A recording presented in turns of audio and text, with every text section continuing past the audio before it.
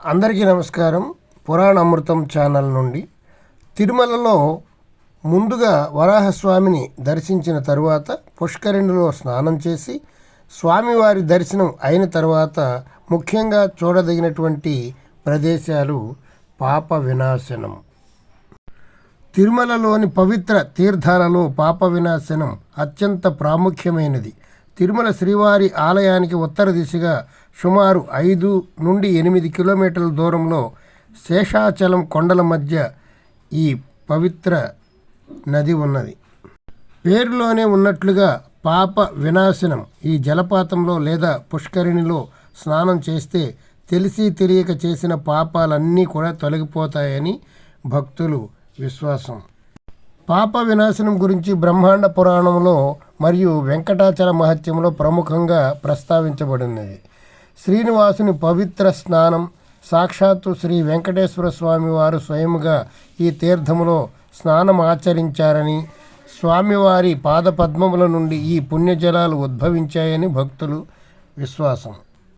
పూర్వం ఈ పాప వినాశనంలో స్నానం చేసి ఎంతో అద్భుతమైనటువంటి ఫలితాలను, తృప్తిని, లాభాలను పొందినటువంటి మహనీయులు ఎంతోమంది ఉన్నారు.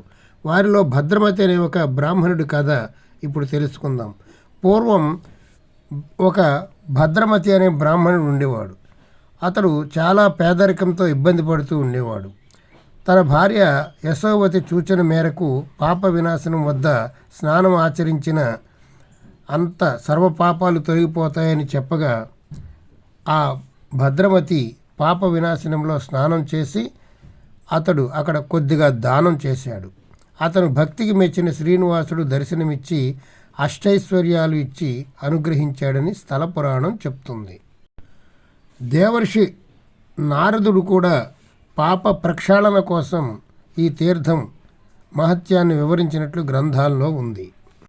విశేష పర్వదినాలు ఆశ్వీజ మాసములో శుక్లపక్ష సప్తమి రోజున ఉత్తరాషాఢ నక్షత్రంలో కూడిన ఆదివారం నాడు ఇక్కడ స్నానం చేయటం అత్యంత పుణ్య ఫలితాన్ని ఇస్తుందని విశ్వసిస్తున్నారు. ప్రకృతి సిద్ధమైన దారలు, కొండలపై నుండి ప్రవహించే నీటిని భక్తులు సౌకర్యార్థం సింహముఖాల ద్వారా దారులుగా దుమికేలా అమర్చారు. నీరు నిరంతరం ప్రవహిస్తూనే ఉంటుంది. ఈ ప్రాంతంలో ప్రవాహాన్ని క్రమబద్ధీకరించడానికి టీటీడీ తిరుమల దేవస్థానం వారు ఒక పెద్ద డ్యామ్ను, అంటే పాప వినాశనం డ్యామ్ను నిర్మించారు. ఇది తిరుమల కొండల్లో ప్రధాన నీటి వనరుగా కూడా ఉంది. ఇదే పాప వినాశనం యొక్క అద్భుతమైనటువంటి చరిత్ర.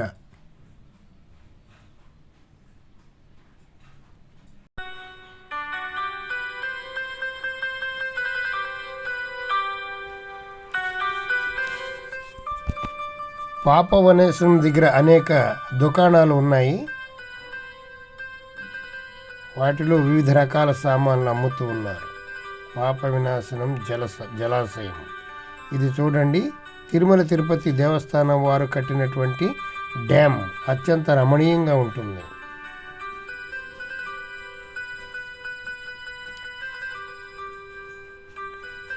ఇదిగోండి, ఈ కింది కొద్దిగా మెట్లు దిగి వెళితే పవిత్ర పుణ్య జలాలను మనం సందర్శించవచ్చు.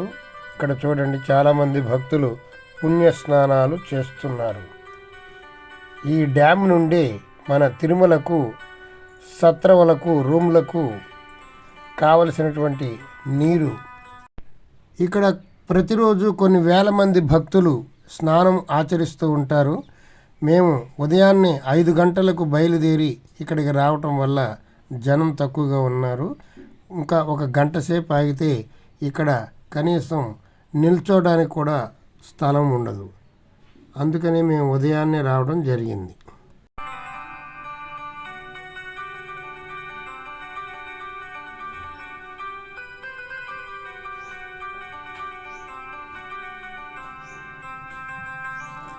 ఈ పుణ్య జలాలలో స్నానం ఆచరించడం ఎంతో పుణ్యం.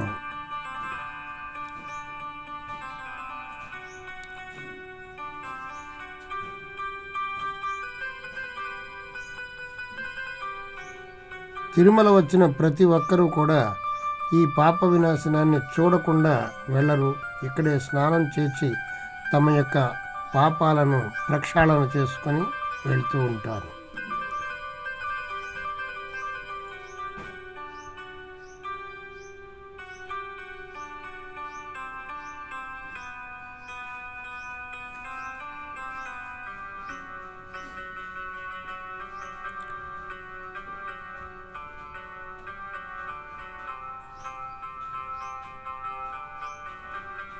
ఇక్కడ చిన్న ఆలయం ఉన్నది, గంగాదేవి టెంపుల్. అది కూడా దర్శించుకొని మనం మరలా ఆకాశగంగా చూడడానికి బయలుదేరి వెళ్తున్నాం. తిరుమల పైన ఉన్నటువంటి భక్తులు ముఖ్యంగా వినవలసినది, తిరుమల పైన కొండ మీద ఉన్నటువంటివి పవిత్ర క్షేత్రాలు. 1 పాప వినాశనం, 2 ఆకాశగంగా, 3 జపాలి తీర్థం, 4 వేణుగోపాల స్వామి వారి ఆలయం, 5 శ్రీవారి పాదాలు, 6 శిలాతోరణం చక్రతీర్థం. ఇవన్నీ కొండపైన ఉన్నటువంటి పవిత్ర క్షేత్రాలు. తిరుమల తిరుపతి దేవస్థానం వారు ఇవన్నీ తిరగడానికి అనేక బస్సులు ఏర్పాటు చేశారు. మనిషికి 120 రూపాయలు టికెట్గా నిర్ధారించారు. ఉదయం 6 గంటల నుండి సాయంత్రం 5 గంటల వరకు అనేక బస్సులు తిరుగుతూ ఉంటాయి. మనం ఏ బస్సు అయినా ఎక్కవచ్చు. మనకు నచ్చినంత టైము ఎక్కడ ఉండాలంటే అక్కడ ఉండి మరొక బస్సును ఎక్కి ఇవన్నీ తిరిగి రావచ్చు. 120 రూపాయలకే తిరుమల తిరుపతి దేవస్థానం వారు పైన ఉన్నటువంటి దివ్యక్షేత్రాలన్నీ మనకి చూపిస్తున్నారు. ఇది అద్భుతమైనటువంటి అవకాశం.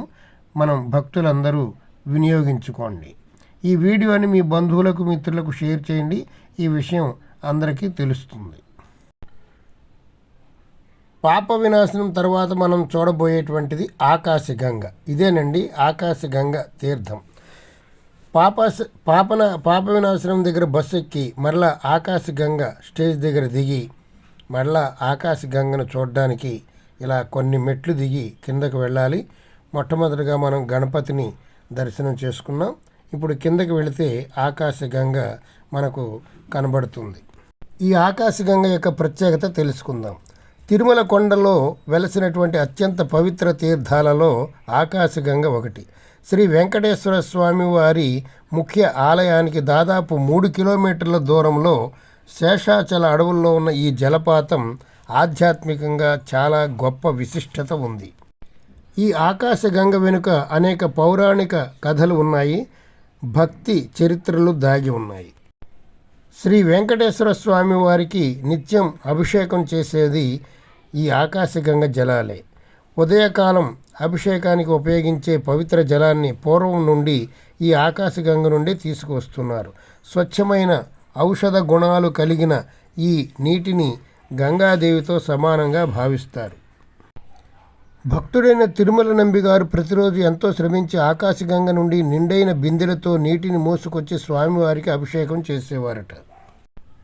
ఆంజనేయుని తల్లి అయినటువంటి అంజనాదేవి తపస్సు చేసింది ఇక్కడేనని చెప్తారు. సంతానం కోసం ఆకాశగంగ తీర్థం వద్దే ఘోరమైన తపస్సు చేసిందని, వాయుదేవుని అనుగ్రహంతో హనుమంతునికి జన్మనిచ్చిందని పురాణాలు చెప్తున్నాయి. ఎంతో పవిత్రమైన ఆకాశగంగని మనం కొంచెం తాగి అక్కడ ఉన్నటువంటి దేవతకు నమస్కరించి మరలా మనం మెట్లెక్కి పైకి వచ్చి బస్సు ఎక్కి మరొక ప్రదేశానికి వెళుతున్నాం. అదే జపాలి తీర్థం. రాబోయేటువంటి వీడియోలో మీరు చూడండి. మేము తిరిగినటువంటి తిరుమల యాత్ర వరుసగా వీడియోలు వస్తున్నాయి, గమనించండి. ఇదిగోనండి ఆకాశగంగ ఇదే. ఈ వీడియో మీకు బాగా నచ్చినట్లయితే ఈ వీడియోని లైక్ చేయండి. మా పురాణామృతం ఛానల్ని సబ్స్క్రైబ్ చేసుకోండి.